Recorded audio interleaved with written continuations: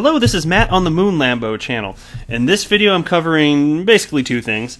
There's a new piece out by Hodor, the most famous, infamous, if you will, of all XRP bloggers. And he was interviewed by none other than Crypto Eerie, somebody that I like to follow on YouTube, great YouTube XRP content provider. I follow her quite regularly. And so anyway, they collaborated, and Crypto Eerie asked Hodor 5 questions. And so I'm not going to read through this whole blog entry, but I do want to read through the 5 questions because they're all pretty much about XRP or very closely related. Hodor answers pretty much exclusively in the context of XRP, so they really are just 5 XRP-focused questions here. Not that this would be a fun thing to run through, and the information that he shared with here, his insight, I find to be well-written and insightful, anyway, always, but certainly on this topic as well. And then after that, the next piece I'm going to cover is it's something I've sort of touched on in a fairly recent video, but there's more comments.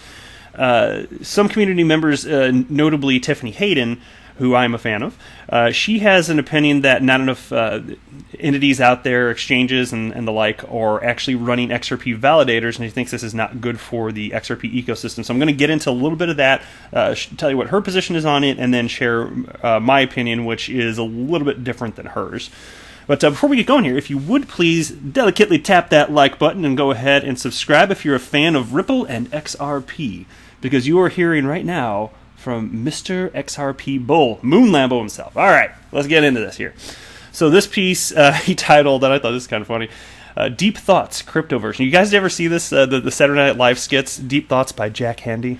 It's old. I think that was probably, when was that done, in the 90s, I guess? Something like that. It was funny, but anyway, he writes, if you're a fan of Saturday Night Live, you might understand the title of this blog.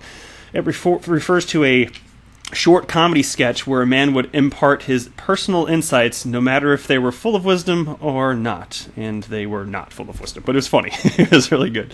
So anyway, let's just get into the meat of this here. Crypto Eerie asked 5 questions. Here's the first question she posed to Hodor. Question 1. What do you see as the most misunderstood value of XRP? And Hodor responded, some traders in crypto that are new to XRP are surprised to learn that it's more decentralized than proof-of-work cryptocurrencies like Bitcoin or Ethereum. Ripple, the central championing organization for XRP, only runs 2% of the total validators on the network. The only fact that critics now point to is that Ripple publishes a recommended UNL list. That's unique node list, by the way. But really, anybody could publish such a list. The individuals and organizations running XRP validators are the ones who decide which other validators that they trust. Of the recommended UNL list, Ripple's own validators only account for a minority share of 23%. No matter how you slice it, Ripple is a minority operator on the XRP ledger. Just as an example, if enough validators on the XRP ledger, even the ones on Ripple's recommended list, decided to alter the fees downward to 1 drop instead of 10, or to make XRP divisible by 1 billion instead of 1 million, they could do that. Isn't that fascinating? See, this is why I love reading through this stuff, you know, and I've said this before. I've only been in crypto since November of 2017, and I follow it so in depth that given the short time I've been in it, like, I know a fair bit, to be like I do not. I'm still learning more on the tech side because I'm just never going to be one of the tech guys. It's just not my strongest suit. But I'm more of like an overall big picture type of guy here. But the way that I learned so much is by reading all sorts of content. Most of it came from like Twitter and XRP chat. But Hodor, I mean, he just like sums everything up in such a succinct way. And he writes in such a powerful fashion. It's really helped me to learn a lot along the way. But these are a little bit of facts like this. So I hope that you guys value this type of stuff, because this is the type of stuff that I've been learning for over a year and a half, and that's the type of thing that I want to share with you. And I just think it's the coolest thing out there. And it's interesting to me, Bitcoin maximalists, man, they will never admit it, but absolutely XRP ledger is it's substantially more decentralized than Bitcoin, and there's no other way to do it. Now, Hodor answers a little bit further. He talks a little bit more on this a little bit later on, so I'm not going to delve into it too much right now. But proof of work it's inferior technology I'm glad it got things started. I'm glad Satoshi launched Bitcoin and got everything rolling, and then as a result, there was an opportunity for XRP to exist in the first place. But the technology has been substantially improved upon. It just seems weird to keep building on top of that layer 1 technology Bitcoin that just didn't very good. So here's the second question from Crypto Eerie. Do you think mainstream media covers news about XRP and Ripple fairly? Hodor responds, no. Yeah, no kidding. Mainstream media still suffers, even in 2019, from a tendency to conflate cryptocurrency with Bitcoin. That is definitely true. Originally, I gave them a pass on this because the concept of decentralized, no counterparty digital assets was a new one, and there was always a need for some frame of reference. Bitcoin served this purpose as the original experiment in no counterparty, trustless internet money, but its limitations and troubles are now being used to paint the entire industry. We've seen this on occasions where testimony of so-called experts is provided to legislators and the public, and Bitcoin's problems with scalability and power usage are debated as if all the digital assets suffered from these problems. Perhaps the desire for easy answers places a limit on how much detail can be discussed in public, but this conflation of cryptocurrency with Bitcoin is hurting the entire market. Each digital asset deserves to be judged on its own merits, and chief among them is XRP. When the mainstream news media does talk about XRP and Ripple, I've found that they will often get the details wrong. Unless they are talking directly with somebody from Ripple or a Spring partner, which Spring being Ripple's entity that funds XRP-related projects. Now we've kind of fleshed that out in the last video. It's more like it funds XRP-funded XRP-related projects, Interletter projects, Codius projects, and anything that would benefit the larger crypto economy, basically. So that's the best way to flesh that out now that we've gotten some more context from existing Ripple employees, right? Including David Schwartz and Warren Paul Anderson. Anyway, as long as we can place experts with reporters from mainstream news sources, it affords an opportunity to be clear, to clear the air about XRP and explain it in terms that ordinary people can understand. Very true. Question number 3: to mine or not to mine? What do you think? Hodor responds, not to mine. Yeah, very true. Which brings back to his mining, that is proof of work. And I keep thinking back to every time I hear that Ryan Zagone stating publicly on stage, proof of work doesn't work. Proof of work doesn't work. It really doesn't. Anyway, so Hodor's answer. I've been a vocal critic of mining as a technique for securing a decentralized network. While Bitcoin and other proof-of-work cryptocurrencies use this old technique, as it solves two problems in one, network security and liquidity, the approach limits scalability and ends up destroying the environment with its inefficiency. Yes, obtaining liquidity and jump-starting a network is more difficult when you use other methods of security, such as Byzantine fault tolerance, BFT, agreement protocols, but the network will be able to scale and doesn't destroy the environment. Independent experts agree with me, and he cites Wired Magazine, the Bank of International Settlements, and Digiconomist have all published articles citing being critical of proof-of-work mining. And you know what? Here's another thing. I haven't mentioned this on the channel either, but there's just a thought that popped in my head, and I'm not completely certain this would be accurate, but it's kind of an interesting concept. But I've wondered in the past, if XRP came first, if it were to become, just launched prior to Bitcoin existing, would it have even gotten any traction? Because even though it's superior, it absolutely is, and there's no question, but in terms of adoption, it was adopted and it gained liquidity. That's the key part. It gained its liquidity because it and all other altcoins rode on the back of Bitcoin rising in price, basically, and that means more money went to altcoins, and the price rose, and as a result today we're enjoying that liquidity. But that did happen, admittedly, thanks to mining. Now it's not the best technology. It's not really scalable. There's all sorts of problems with it. I've decided, you guys know my opinion on it. But it did jumpstart the entire asset class. And I just wonder, with XRP having been created, with all the XRP having been created at inception and doled out at inception, it just makes me, I'm just posing the question, if XRP were the first, would it have received that adoption? And I'm not sure, because there'd be a liquidity issue there. How do you get it out there? And why are people buying and selling it, this and that? Maybe if it were first, it could have, but just by the nature of which Bitcoin was distributed via mining, it's just a completely different ecosystem. I'd be curious to hear your thoughts, and this isn't some sort of slam against, you know me, I'm Mr. XRP bullish. It's just me it's engaging in critical thinking, a little thought exercise. But I'm not completely confident that if XRP were first, that it would have gained the traction. Who knows if there would have been an asset class to follow. Hopefully people still would have acknowledged, like, hey, this is amazing, decentralized cryptocurrency. You can do what with it, and they still would have brainstormed. Hopefully something still would have come out of it. But even if so, maybe it would have been slower. Who knows? I don't know. It's just a little thought exercise. I'm not really sure. But anyway, so here's the fourth question from Crypto Eerie to Hodor. How do you see the XRP ecosystem 3 years out? Hodor responds, this question is one of the most important for many long-term digital asset investors. 3 years means 2022, and to be as accurate as possible, I would try to remember 3 years previous as a comparison. Based off of the progress that XRP ecosystem has made since 2016, I'd say leagues better than now. 3 years from now, my prediction is that there will be many banks using XRP, along with international payment processors. Adoption happens in fits and starts, and I foresee regulatory clarity being applied soon in the banking sector with regards to digital assets. By then, many of the currently in progress legal challenges about XRP and Ripple will have been resolved one way or the other, along with further clarity from organizations such as the SEC. Oh, I certainly hope so. And you know what? Even if the SEC is never going to say XRP is not a security, I can live with that. But we need regulation that would clearly encompass XRP among other cryptocurrencies out there. That's what we actually need. They don't actually have to if they don't want to for some reason. They don't have to cite XRP. Anyway, let me proceed with the rest of his answer to this. Hodor goes on now. 3 years will also put us at the point in time where we can reasonably expect to see the fruits born of Ripple's spring initiative. By then, most of the work plans currently in progress will be complete, giving rise to all of the necessary tools for supercharging the entire Internet of Value that surrounds XRP.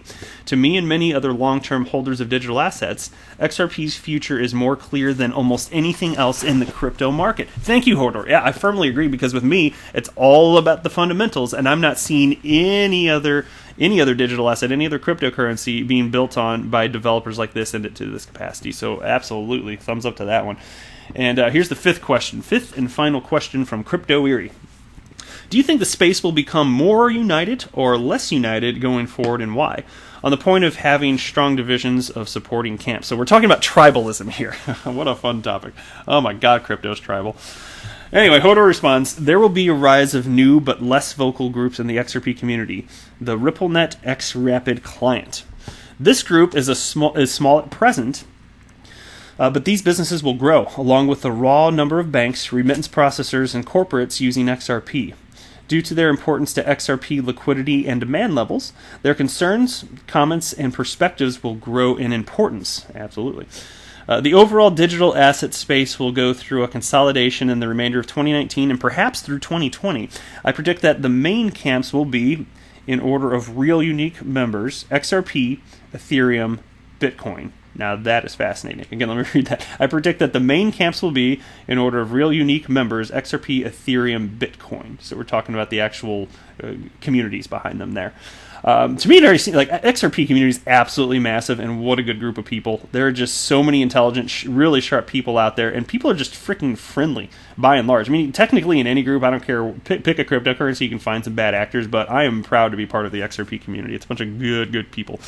Anyway, and then he continues here with the rest of his answer. In addition, I think in your earlier communication, you made a significant point about XRP's perception transforming from a banker's coin to one that can handle a multitude of use cases for micropayments, web monetization, and smart contracts. These additions to XRP's use cases will serve to not only enhance liquidity, but to create multiple and distinct groups of stakeholders. For example, we might have one group that follows XRP's use in the COIL network of websites. There may be another group that is only interested in using XRP for smart contracts, and perhaps another user group that uses XRP for social purposes, tipping, etc. There will, of course, be a crossover from one group to the next, but I expect that as the ecosystem matures, these groups will become more distinct and separate. So my short answer would be, more united from a macro digital asset perspective and less united from an XRP-centric perspective, which is fascinating there. And so that's it for those 5 questions, and I'm not going to read the rest of the blog, but I thought that was really valuable insight from Hodor, and I agree with him on I think probably everything that he wrote there. I don't know if I can find a point of contention on any opinion that he said or any fact that he laid out about anything. But fascinating and enlightening nonetheless. So I hope you guys found that valuable. Let me jump into the next topic here real quick now, and we're hopping over to Twitter. And so Tiffany Hayden, one of the most prominent members within the XRP community, I would say, somebody who early on I learned a ton from, and I still learn because she's just a wealth of. She's one of those people. There's a bunch out there, but she is one of those people that's just an absolute wealth of knowledge. She knows a ton, not just in terms of like how the ecosystem is operated as far as developers building on top of the XRP ledger, but also from a technical perspective, which is great because my technical understanding, there's a deficiency there, admittedly, but I am learning. I'm always learning, and as I learn more, I will continue to share with you. So stick around with me on the Moon Lambo channel. I promise you, as I learn, you will learn as well. If you like learning about this stuff, you're going to get what you're looking for. But anyway, so here's where this started out. So it starts out on a topic that I actually covered in my last video. I'm not going to delve too much into this, just a little bit. But it had to do with the whole Spring Initiative, and there's the whole concern about the Spring Initiative actually helping the XRP ecosystem, this and that. Well, I found something interesting here. Tiffany Hayden retweeted this from somebody named Richard Holland, who I'd not heard of. But it was about his attempt to get funding from Ripple through the Spring Initiative. And he wrote this. Richard Holland wrote this. We were ready to develop XRP payments on Verifone and Ingenico. I know what he's talking about. I don't know how to pronounce that. Ingenico pen pads. You see them at like grocery stores and stuff. Anyway. Oh, yeah, he said that even. Yes, like you use at the grocery store. We went to Spring to ask for funding, and they didn't like it because not enough people use XRP to make it a profitable venture. Yes, this actually happened. And then he writes, while they are correct from a VC standpoint, that means venture capitalist, from an ecosystem standpoint, it's a bad move. That is my point. And David Schwartz responded to that. This is Ripple CTO David Schwartz, co-creator of the XRP ledger. A venture that's not profitable won't grow and thrive. It's not that it won't make us money, it's that it won't be successful. We work very hard to make sure every project we participate in has a viable business model and market strategy. And then he wrote after this is a separate tweet from David, in parentheses, not commenting on this specific project, just Spring strategy generally. It sounded like he's commenting on that, but even if true, even if he's putting the caveat in there that it doesn't apply specifically to them, if that's a requirement, as a pretty reasonable requirement that must work and become successful, they just don't believe that it would be successful. And so, of course, this is the first I've heard of this, so I'm not privy to any insider info here. Of course not, I'm just a YouTuber. But I'll say this in terms of payments, and actually I think somebody commented on this. Let me just flip back because I think somebody made one of the points that I wanted to make here. Yeah, look at this. Projects that explicitly include, this is from JPGT1, I don't know who that is, but anyway, projects that explicitly include transfer of value where the crypto itself is not the focal point gets Ripple's attention, whether using XRP or not. Projects that focus on XRP, such as peer-to-peer payments, doesn't naturally fit their view. It's their XRP to spend as they wish. So that makes sense that Ripple, obviously, the way that they're positioning XRP to use is behind the scenes. But in terms of adoption, if it could reasonably be adopted in another way, even in a peer-to-peer way, I don't... You would think they'd want to jump on that. However, it comes down to, is there a reasonable plan? And so even if we all think it would be super duper if you could pay for everything using XRP in the grocery store, even if we all agree on that, is there a reasonable plan in place? And if there were one in place, do you believe, just ask yourself from a logical perspective, if there were a reasonable plan in place to make this succeed, would Ripple have wanted that, or would Ripple have not wanted that to succeed? I think they would want it to succeed if it sounded reasonable, so that you'd think that they'd fund it. So the fact that they didn't, is it your assumption, if you think that means they made a poor decision, that they weren't approaching this from an analytical perspective, perhaps from an emotional perspective, and if so, to what end? To me, that doesn't make any logical sense. So when people jump all over stuff like this, like, hey, why didn't Ripple do this? Red flag, what's going on here? That's not the way I look at it. That's not how my brain works.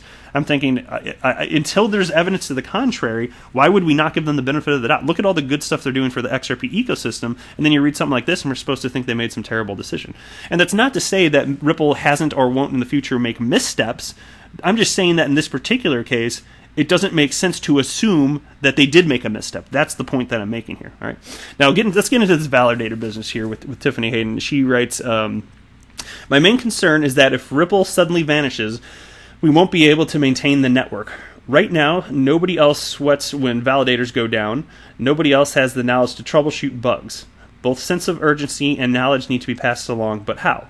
And then somebody named CKG Designs responded, 3 words, you pay somebody. And Tiffany Hayden responded to that. You know what? Even if that's the best solution right now, I'm okay with that. Let's find a third party who will host validators, monitor the network, and know how to troubleshoot bugs. I would pitch in for that type of insurance. And that's a reasonable response, certainly. I think so. In terms of the validators going down and who has the knowledge, I don't know to what degree other entities running validators know how to shoot bugs, this or that, and I don't know to what degree bugs are an issue anyway. But with a decentralized platform, it certainly is true. You wouldn't want to rely on one entity, especially if it's Ripple, primarily being the one that's doing all the maintenance work, so to speak, right? And so if that were the case, then I'd certainly feel like, yeah, well, what do we do about that? But given that it's decentralized, I still think, even if Ripple did vanish, like Hodor said in that blog I just read from, they're running 2% of the validators, 2%. And there are a lot of smart people in the world. I tend to think that if there's true value, not price, but if there's true value to the XRP ledger itself, people will jump in and make this happen. And so let me read a little bit further because I have additional thoughts on this. So Ryan James responded to Tiffany Hayden's last tweet there. How about clear instructions on how to set up for those who want to help? Where to buy a node, how to set it up? Most stuff I found appears too technical for most. And Tiffany responded, if you need help installing one, how will you be able to find a bug if it goes down? It's not that we need random bodies running the validators. They have to care and have ability to fix problems. Okay, so here's where I wanted to chime in on that. Tiffany's absolutely correct on that. The way that I'm looking at this though, is in terms of people wanting to work on top of the XRP ledger, because mind you, there's no mining here. There's no financial incentive to do this. It actually costs a small amount of money to run a validator. It's not cost prohibitive. It's very cheap. I don't remember what the cost. Maybe it's I think it's something trivial, like $20 or $30 a month is typically what it comes out to. It was small. But you know what it comes down to is most of the activity on the XRP ledger right now in terms of buying and selling, it's speculation. I think that as you see the utility phase truly kick in, you will see more parties interested in actually jumping in, running validators, and making sure that their teams are they have people in place, employees in place to take care of things from a technical perspective when things happen, if there are bugs, this or that. That seems to make sense to me. So the fact that we don't see that right now, I think Tiffany's raising a very good point. The way that I see it playing out, though, is it's just going to naturally evolve, because if it doesn't naturally evolve, in my opinion, is like XRP ledger doesn't deserve to live then. If it's set up in such a way that people don't naturally want to take care of it without being pressured, XRP ledger doesn't deserve to live. But I believe that the XRP ledger will have long-term staying power. I believe that people will want to do that, especially if they're entities and they have businesses relying on the network where, yes, of course they're going to. To me, it's a no-brainer. So if there's not enough of that now, that is a fair point, but it doesn't mean that it won't be there in the future, and that's what I think will change. My answer to that is the utility phase. And look here, so BG Raji kind of gets into this point, actually. He responds, banks, financial institutions, and MTOs spend a S-word ton of money, time, and resources keeping fiat transactions safe. If XRP saves them money and they can trust in liquidity corridors, of course they will devote 1%, if that, to run a validator. Usage comes before contribution. No? And then Tiffany responds, if all of the businesses using the XRP ledger now are freeloaders, why do you think future businesses will be different? Well, that is why. And she's talking about the current businesses not utilizing the XRP ledger right now. If that's what she's referencing, if their exchange is not doing it, then they must not see sufficient value in that. But I still tend to think XRP needs to live or die on its own merits. And so, just my opinion, so this is probably where I may differ a little bit from her, but I respect her opinion regardless, even if we differ here a little bit.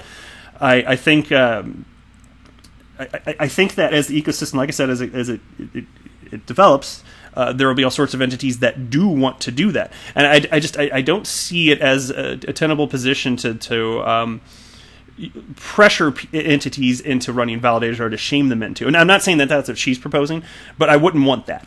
And if the idea is, hey, let's educate, because there could be a lack of education. I mean, things are such early days. If their exchange is not running validators, make the case as to why they should. Not because they owe it, because if you just say you owe it to the people, that's pressure. But if you can make a case, hey, here's why it's beneficial to you. Here's why you should do it. Did you know this? Were you aware of this? If you want to have a community effort move in that direction, I am all behind you. Absolutely. That sounds reasonable. I just don't like the concept of pressuring any business entity because, again, if you have to press that and shame people into doing it, that makes me question, like, if that's actually what it would take, what does that say about the XRP ledger itself? That's my concern. So I don't think, and again, I don't feel negatively about the XRP ledger. Of course not. I am Mr. XRP Bull. But that's kind of my stance on that anyway. So feel free to let me know what you think below. That's it in a nutshell. But I am not a financial advisor. Do not buy or sell anything because of anything that I say or write. That would be a very, very, very bad idea. Until next time, to the moon, Lambo!